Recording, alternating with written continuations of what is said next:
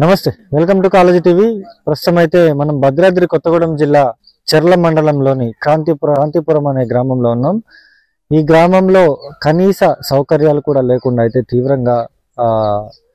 ప్రజలైతే తీవ్రంగా ఇబ్బందులు ఎదుర్కొంటున్న సిచ్యువేషన్ ఉంది. మొత్తం ఇదంతా కూడా ట్రైబల్ విలేజ్.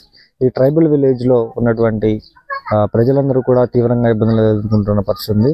ప్రస్తుతం అయితే మనం కాంతిపురానికి సంబంధించి అంగన్వాడీ దగ్గర ఉన్నాం. విజువల్స్ లో చూసుకోవచ్చు.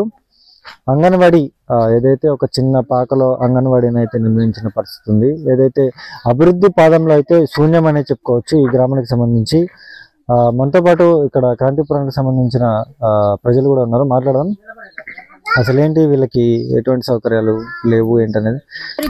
రోడ్డు లేదు, క్రాంతిపురానికి పిల్లలకి స్కూల్ లేదు, అంగన్వాడీ మాత్రమే ఉంది. 6 సంవత్సరాలు దాటిన నుండి పిల్లలకి ఇక్కడ స్కూల్ లేదు. ఆ పిల్లలు ఆడుతూ ఉంటారు దుబ్బలో. స్కూల్ కి చాలా ఇబ్బందిగా ఉంది.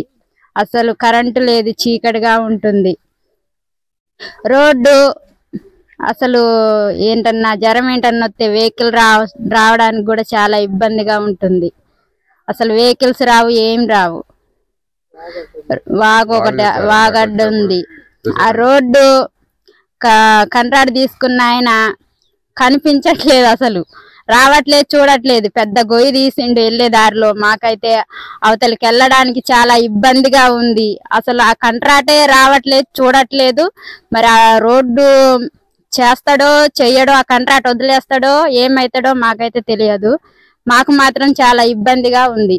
ఊర్లో కరెంట్ లేదు. సుమారు ఎన్ని సంవత్సరాల నుంచి కరెంట్ లేదు? 30 సంవత్సరాల దగ్గర నుండి కరెంటే లేదు. అసలు కరెంట్ లేదు. కరెంట్ లేకుంటే ఎట్లుంటానంటే చిన్న చిన్న కొవ్వొత్తులు తెచ్చుకొని పెట్టుకొని ఉంటున్నాం. ఇది ఇక్కడ పరిస్థితి. అంటే కరెంట్ లేకుండా కూడా మేము తీవ్రంగా ఇబ్బందులు ఎదుర్కొంటున్న పరిస్థితి. మనతో పాటు ఇంకో వ్యక్తి ఉన్నాడు. చెప్పండి అన్న, అసలు మీకు ఏం కావాలి? సుమారు 30 సంవత్సరాల నుంచి కరెంట్ లేదని చెప్తా ఉన్నారు, నిజమే? అవును, నిజమే సార్. మాకైతే కరెంటు లేదు. కరెంటు లేకుంటే చీకట్లోనే ఉంటున్నాం, దీపాలు వేసుకొని ఉంటున్నాం. కరెంట్ లేక ఇబ్బంది పడుతున్నాం. మాకు రోడ్డు కూడా లేదు. రోడ్డు లేకపోవటం వల్ల ఇబ్బంది పడుతున్నాం. ఆ రోడ్డు కాంట్రాక్ట్ చిన్న వాగడ్డు ఉందండి. ఆ వాగుని బ్రిడ్జి కడదామని జేసీబీ పెట్టి పెద్ద గోతులు తవ్వి వదిలిపెట్టాడు. వాటర్ అందులో నిలువుగా ఉంటున్నాయి. అవతల పోవటంలో వర్షాకాలంలో ఇబ్బంది అయింది. ఇప్పుడంటే కొంచెం వాటర్ తగ్గింది కాబట్టి దాటుకొని వెళ్తున్నాం. నైట్ మాకేమైనా అవసరం అయితే ఆటో కానీ ఇంకేదైనా కానీ యువతలకి మా ఇళ్ళ దగ్గరికి రావాలంటే మాకు అడ్డుగా ఉంటుంది, దాటలేకపోతున్నాయి. మేము 2 వీలర్ దాటి ఇవ్వడం కూడా కష్టంగా ఉంటుంది. మాకు రోడ్డు వల్ల చాలా ఇబ్బంది పడుతున్నాం. వర్షాకాలం అయితే మరి ఘోరమైన పరిస్థితిగా ఉంటుంది.